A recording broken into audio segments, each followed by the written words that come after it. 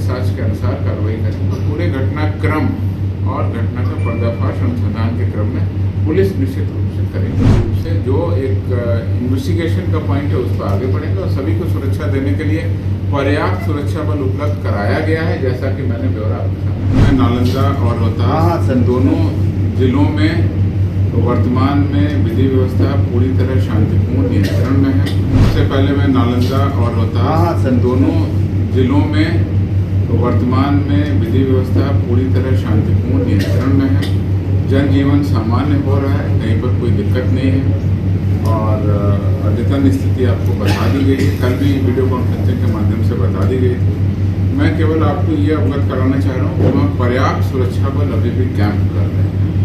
जैसे कि नालंदा में बिहार विशेष सशस्त्र पुलिस की 3 कंपनी बल पहले से ही प्रतिनियुक्त था रामनवमी और पर्व त्योहार के कारण, और 100 हमारे जो लाठी बल सिपाही बिहार पुलिस में वो पहले से ही डिप्यूटेड थे।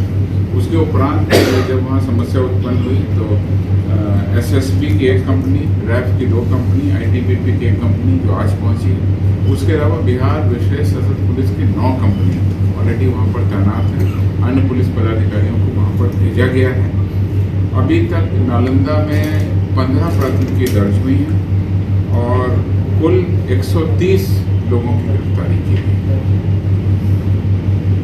रोहतास जिले में बिहार विशेष सशस्त्र पुलिस की 5 कंपनियां और 200 लाठी बल पहले से ही वहाँ पर्व त्योहार और वहाँ पर जो वीआईपी प्रोग्राम था उसके मद्देनजर पहले से ही डिप्यूट की गई थी।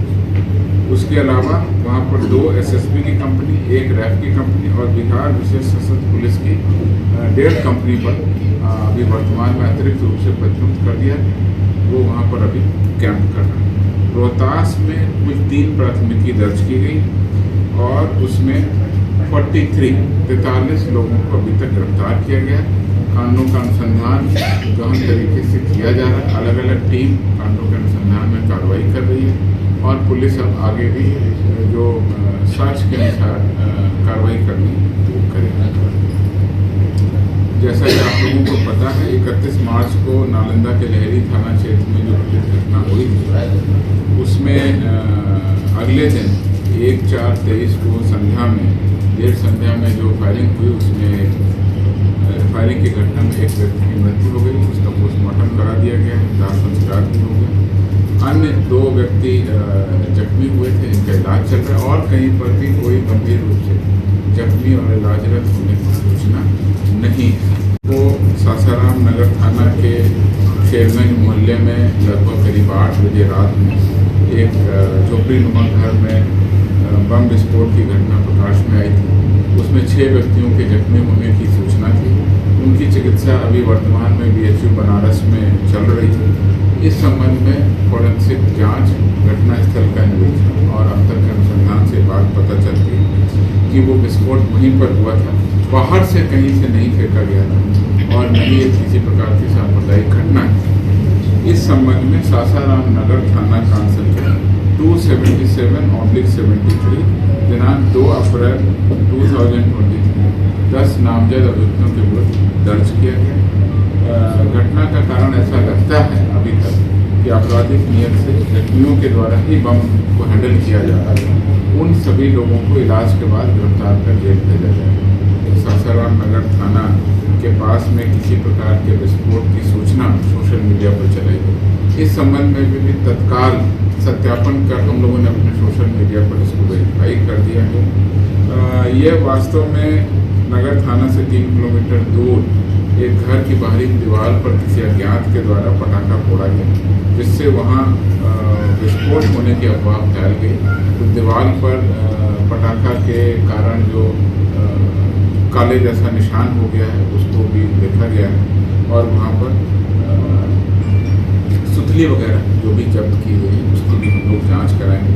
घटनास्थल पर डीएम और एसपी पहुँचे और वहाँ पर स्थिति पूरी तरह शांतिपूर्ण है। ऐसा लगता है कि शरारती तत्व के द्वारा कार्रवाई की गई, उसका भी संज्ञान लेकर के हम लोग उसकी पहचान करेंगे। देखिए, कल सारे बिंदुओं पर आपको स्थिति स्पष्ट कर दी गई। जैसा कि आपको मैंने बताया है 130 अभियुक्त गिरफ्तार हुए हैं अभी नालंदा में 15 अलग अलग थाना क्षेत्रों में FIR है, जिसमें लहरी थाना, बिहार थाना, अलग अलग थानाओं में FIR। अब पुलिस का मुख्य काम ये है कि जो कांड दर्ज हुए हैं और जो अभियुक्त गिरफ्तार हुए हैं और जो एविडेंस सामने आएगा उसमें फिजिकल एविडेंस भी है, ओरल एविडेंस भी है, इलेक्ट्रॉनिक एविडेंस भी है, डिजिटल एविडेंस भी है।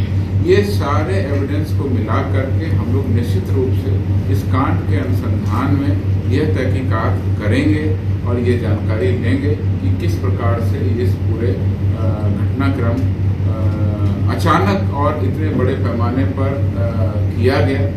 इसकी निश्चित रूप से अनुसंधान के क्रम में ही इसकी जांच पड़ताल की जाएगी और वो बातें अनुसंधान के क्रम में जैसे जैसे सामने आएंगी आपके सामने। व्हाट्सएप चैट के माध्यम से भी मैं आपको ये बता रहा हूँ कि पुलिस ने जब अनुसंधान कर दिया है, अनुसंधान शुरू हो गया है, तो पुलिस के अनुसंधान का इंतजार करिए। मैंने आपको बार बार बताया है और फिर बता रहा हूँ कि डिजिटल एविडेंस बहुत बड़ा एविडेंस रहेगा, ओरल एविडेंस रहेगा, लोगों के बयान सामने आएंगे।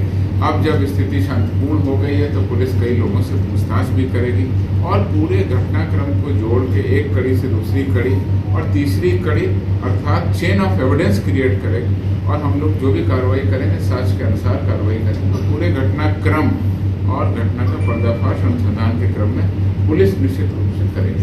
सर, जो वो डेटा मेरे पास में नहीं आया है, हम लोग ये डेटा निश्चित रूप से कलेक्ट करेंगे और कि 130 जो गिरफ्तारियां हुई हैं नालंदा में, उसमें या बाकी रोहतास में भी जो गिरफ्तारी हुई 43, तो ये जो गिरफ्तारी हुई है इसमें किस तरह के लोग शामिल थे मैंने आपको बताया।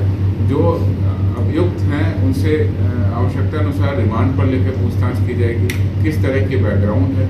वो लोग भी ये बता सकेंगे कि उनको किसी ने क्या उकसाया था या किसके कहने पर वो इसमें पहुंचे या कैसे पहुंचे। तो पूरा घटनाक्रम अब आप एविडेंस, FIR, अरेस्टेड पर्सन के बयान, विक्टिम जो हमारे विक्टिम हैं जिनको क्षति हुई है उनके बयान और आसपास के जो हमारे बयान हैं उसके आधार पर हम लोग निश्चित रूप से कांड के अनुसंधान में आगे बढ़ेंगे।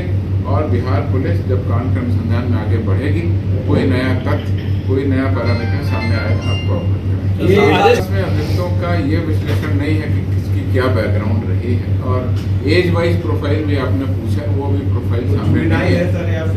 वो निश्चित रूप से जिला प्रशासन के पास में होगी, मैं कलेक्ट करके आपको कई पीड़ित जो प्रशासन और स्थानीय प्रशासन निश्चित रूप से सभी को सुरक्षा दे रहे हैं, कहीं पर कोई दिक्कत नहीं है।